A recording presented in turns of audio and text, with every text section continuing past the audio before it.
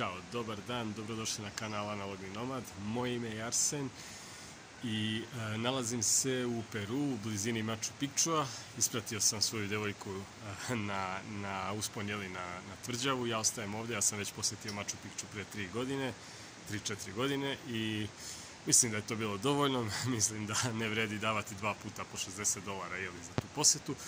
Tako da nalazim se trenutno u kampu, pokazat ću vam, napravit ću kratak video koji sam zapravo planirao da pravim tokom treka Ausangate, ali moguće da nećemo ni ići na taj trek zato što Kelly još uvijek ima povređeno koleno od Choke Kiraua i za Ausangate se treba biti pripremljen dobro fizički. Tako da napravit ću danas video o šatoru, zato što je ovo posljednji put praktično da koristim ovaj šator. Napravit ću jedan kratak pregled.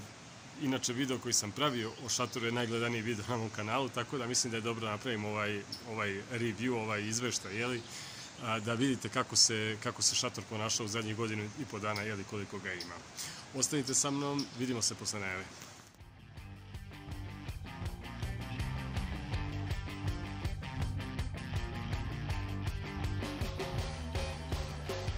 Dakle, prvo da se izvinem zbog lošeg zvuka, mikrofon nisam poneo, nisam planirao da pravim ovaj video danas.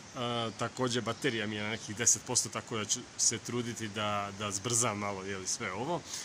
O čemu se radi? Radi se o tome da za nekih 10 dana idemo za Kolumbiju, idemo preko Amazonije. Ja ću šator nositi tamo zato što idemo brodom, tako da spuštamo se niz reku, tako da možda ću ga koristiti u nekom trenutku, još ne verujem, ali u svakom slučaju ću ga ostaviti u Letici, a Leticija je ta trostruka granica Perua, Brazila i Kolumbije, koja se nalazi u džungli, tako da šator ostavljam tamo zato što ga u Kolumbiji neću koristiti. Trudimo se da olakšamo svoj prtljag, da ne bismo plaćali 2 karte sa punim prtljagom, da gledat ćemo da sve strpamo u jedan veliki ranac i da koristimo 2 mala ranca, tako da to je glavni razlog zbog čega šator će biti ostavljen. Također, on ne može još dugo izdržati, možda još nekoliko akcija, već je krenuo da se raspada, da tako kažem, a sad ćemo da vidimo šta je to što njemu zapravo fali. Ali pre toga, da vam kažem koliko sam ga zapravo koristio. Vi, ako ste me pratili na Instagramu, mogli ste da vidite većinu tih akcija. Ja sam njega koristio preko 15 puta, znači u zadnjih 1,5 dana.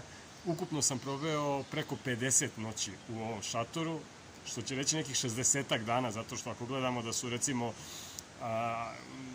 akcije u kojima sam proveo samo 1 noć ili recimo 2 noći, to su stvari 3 dana. Tako da ja sam preko 2 meseca živeo u ovom šatoru zapravo. Koristio sam ga najviše u Ekvadoru, zato što sam najviše i proveo vremena u Ekvadoru. Korišćen je također i u Kolumbiji nekoliko puta, u pustinji Tatacoa, Guatapeu, to su bile kratke akcije, ali također i 2 nedelje u Isnosu, gde ste vidjeli zapravo moj video gde je snimljen o šatoru. To je bilo volontiranje u Isnosu, također jedno malo duže volontiranje u Ekvadoru od nekih 10 dana recimo, i ostalo su bile malo kraće akcije, 2, 3, 4 dana koliko uobičajeno provodim kada se nađem u planini. Šator je korišćen u različitim vremenskim uslovima, znači i u različitim klimatima, na velikim visinama, uglavnom preko 3000 metara, čak i preko 4000 metara nekoliko puta. Korišćen je također na plažama, u pustinjama, na kiši, na suncu, preživeo je sve i svašta, a sada ćemo vidjeti kako je sve to uticalo na njega. Evo kako izgleda šator. Krenut ćemo od toga šta je to. To su 3 su glavna nedostatka, 3 su glavna problema sa ovim šatorom koja su se desila u međuvremenu. Krenut ćemo od prvog. To je ono što je inače glavni nedostatak od ovih šatora, to su ove njegove šipke. Ja u Srbiji imam još 2 šatora ovog tipa. Imam jedan McKinleyjev šator dvoslojan za 2 osobe i još jedan šator za 3 osobe, također dvoslojan. Oba imaju ove šipke. To je prvi deo šatora koji nastrada. Vidite ovde, to je sređeno selotep trakom. Ovde takođe pukla na još jednom mestu i ima još jedna, nisam siguran gde, moguće na istoj ovoj.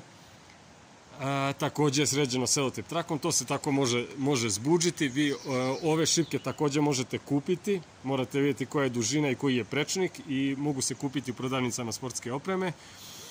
To je u principu ono što će vam prvo nastradati kod šatora ovog tipa, kod igloa. Naravno, uvek su bolji šatori koji imaju one aluminijumske šipke, ali eto šta je tu, ovi su jeftiniji, tako da to je prvo nastradalo, ali to je zbuđeno i vidite da to funkcioniše tako. Nije estetski lepo, ali tako je kako je. Druga važna stvar koja je nastradala na ovom šatoru jeste šnjir, ne ovaj spoljni funkcioniše jako dobro. Ovaj unutrašnji, da kažemo, za ovu mrežicu. On i dalje funkcioniše, šator se i dalje može zatvoriti. Morate samo da ga malo, da imate pod određenim uglom da to radite. Evo vidite, on se zatvara i dalje, ali ako bi ja sad krenuo da ga zatvaram ovako normalno, pojavila bi se rupa. Dobro, ovde sad ide to kako treba, ali evo vidite. Znači ja sad onda moram da ga vratim, da ga malo pritegnem i da ga zatvorim. Ovo se u principu može srediti najčešće kleštima, pritegne se malo ovaj klinčić ovde i on uhvati to dobro i kasnije to funkcioniše. Problem je u tome što se ja nikad toga ne setim. Ja se toga setim naravno kad izađem na teren, a tad je već kasno, pošto nemam klešta, ta mala montirna klešta Kelly ima, ali ni ona ih ne nosi sa sobom, tako da to je problem, ali kažem, to se da nekako srediti. Kada bi se ovo oštetilo, to bi bio, da ne može da se zatvori, realno to bi bio problem, zato što je ovaj komarnik jako koristan. I treća stvar koja je nastradala na ovom šatoru, kao što možete vidjeti ovde, to je sam materijal koji se rašio, recimo po ovoj ivici. Ovo se desilo relativno skoro, ovo se desilo pri zadnjem ili predzadnjem korišćenju ovog šatora. Skoro sam video ovu rupu, samo sam je zalepio selotepom s polja i iznutra, zato što ovo ne vredi šiti, ovaj materijal se raspada brzo, znači ako bi pokušao, mislim da ne bi ništa od toga ni bilo. To se desilo ovde, kao što vidite, i čak i ovde na vrhu se rašio ovaj končić, pa sam ga ja sam ušio nekako. Znači, to je zbog velike, mislim, zbog stalnog akanja i korišćenja ovog šatora, to se desilo. To su stvari koje se praktično ne mogu popraviti, znači kad šator krene da se raspada na ovakav način, nije mu ostalo još puno vremena. Ja sam takođe ovde napravio sam jednu rupu upaljačem iznutra, zato što sam bio idiot pa sam se nešto zajebavao sa upaljačem iznutra. Takođe ovu rupicu koju sam zašio, ali to je to. To je to, ako zanemarimo ove stvari, šator i dalje funkcioniše, on i dalje može da se koristi neko vreme, sigurno nekoliko još akcija, ali polako mu se bliži kraj. Ovde možete videti najlone, beli i plavi koji sam ja koristio kao impregnaciju za ovaj šator. Pokazao sam ja to, čini mi se, u videu o Laguni Paron. Beli najlon sam postavljao ispod, on je podvrnut na ćoškovima i zašiven, tako da izgleda kao mala tepsica na koju se postavi ovaj šator da bi zaštitio od vode koja dolazi ispod. Plavi najlon ide preko, on je dosta veći, on pokriva ovako skroz do ovde. Ja postavim obično kamenje ovako s polja, tako da voda se sliva s polja i ide preko belog najlona. Problem je što ovde kod vrata taj najlon dolazi negde do ovde otprilike i voda koja se sliva kaplje direktno na vrata, koja ja najčešće ostavljam otvorena, tako da idealno bi bilo vezati recimo neko konopče i zategnuti recimo za drvo, tako da ta voda ne kaplje po vratima direktno. Ali to su sad već budževine moje, znači to u principu najbolje je, kao što vidite, naći jedan kamp koji ima krov i onda nemate nikakvih problema što se toga tiče. Vidite, u principu, znači ovaj šator, koliko god da izgleda raspalo i grozno, imajte u vidu da ovaj šator plaćen $10. 10-15 dolara, ja ne mogu da setim sad tačno, ja sam ga kupio u Ekvadoru pre godinu i po dana, plaćanje je jako jeftino. Znači, praktično ljudi koji koriste ovakav šator najčešće, znači to je za muzičke festivale, za plaže, za nešto, ovo su maltene šatori za jednokratnu upotrebu. Ja ga koristim godinu i po dana, kao što vidite, non stop ga koristim, 2 meseca sam praktično proveo u njemu.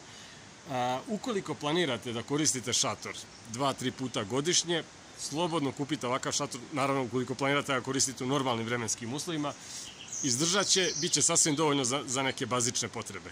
Ukoliko planirate više, ukoliko planirate ozbiljne ekspedicije, ukoliko planirate da provodite mnogo više vremena jeli u šator nego što sam ja to činio, morate nabaviti ozbiljniji šator. Ali kažem, ja sam jako zadovoljan, šator se pokazao jako dobrim, ja ću ga ostaviti u Letici, u nekom hostelu verovatno, možda će poslužiti nekim drugim putnicima, tako da, eto, to je otprilike to. Nadam se da vam je bilo korisno i ukoliko jeste, podelite sadržaj sa drugima, zapratite me, kliknite zvonce i vidimo se u sledećem videu. Ćao!